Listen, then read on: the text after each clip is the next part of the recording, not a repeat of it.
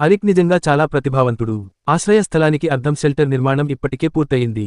కంచెల మధ్యలో వెలుగు మరియు గాలి ప్రవేశించేలా ముందు భాగంలో ఒక కిటికీ పెట్టాడు. మరోవైపు పైకప్పును బయటకు 3 అడుగుల మేర పొడిగించాడు. ఇలా చేయడం వల్ల వర్షపు నీరు నేరుగా వేరుల్ని కొట్టకుండా అడ్డుపడుతుంది. అరిక్కి తెలుసు, ఈ కొత్త ఇంట్లో కంఫర్ట్ కూడా అవసరం. అందుకే కొన్ని చెక్కలను సమాన పరిమాణంలో కోసి, వాటి అంచులను మూలలు గలిగినట్లుగా చేశాడు. తర్వాత వాటిని కలిపి, బాంబూలను, గోరబండలు వాడి, బలమైన కాని ఆహ్లాదకరమైన మంచాన్ని తయారు చేశాడు. ఆ మంచం మీద పడుకుంటూ, ఆ కిటికీ వెలుతురు చూసే అవకాశం కూడా ఉండేది. రెండవ రోజు, షెల్టర్కి సమీపంలో ఉన్న చిన్న నది వరకు వెళ్లి, వివిధ పరిమాణాల రాళ్లను సేకరించాడు. వాటితో వాడుతున్న చిమ్నీకి ఎత్తు జోడించాడు. తద్వారా వర్షం లోపలికి రాకుండా తట్టుకుని ఉండేది.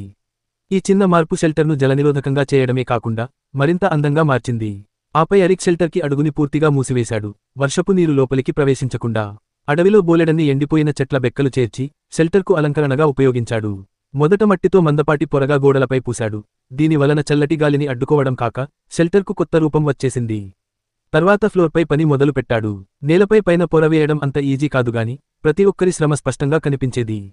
కొద్దిసేపటికే అది ఒక బలమైన కోటలా కనిపించసాగింది. అరిక్కు పాత చెట్ల వేర్లు కూడా దొరికాయి. వాటిని సహజగుం, నేచురల్ గ్లూ తో అతికించి మరింత బలంగా తయారు చేశాడు. వర్షాకాలంలో లోపల మట్టిపాటిగా మారకూడదనిపించి, చెక్కరాళ్లతో నేల తయారు చేశాడు. ఇప్పుడు వెళ్లడంలో ఇబ్బంది లేదు. కాని అతనికి పెద్ద సవాలు కిటికీలు. అందుకే అతను కిటికీలు మరియు తలుపుల కోసం బాంబూల దండలు వాడాడు. ఇవి అడవిలో సులభంగా దొరికేవి. పాత మిగిలిన ముక్కలతో, పత్తితాడు వాడి చేతితో బాంబు పొలంతో కిటికీ తయారు చేశాడు. అలాగే బయటకు వెళ్లే చిన్న తలుపు కూడా చేశాడు. ఇప్పుడు ఆ అడవిలో ఓ కొత్త పరిమళం వ్యాపించింది. ఇది సాధారణ జీవితం అడుగుపెడుతున్నదని అనిపించేది. ప్రతి ఒక్కరూ రాత్రి భోజనానికి ప్రత్యేకంగా సిద్ధం అయ్యారు.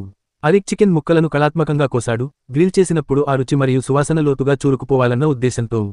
అలాగే కొన్ని వంకాయలను నెమ్మదిగా తిప్పుతూ, రెండు వైపులా బంగారు రంగులో, కుళ్ళగా అయ్యే వరకు గ్రిల్ చేశాడు.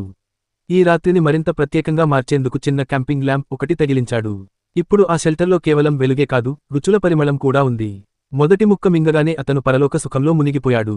రుచికరమైన భోజనం తరువాత వేడి టీ తాగుతూ మౌనంగా ఆ రాత్రి దృశ్యాన్ని తిలకిస్తూ కూర్చున్నాడు.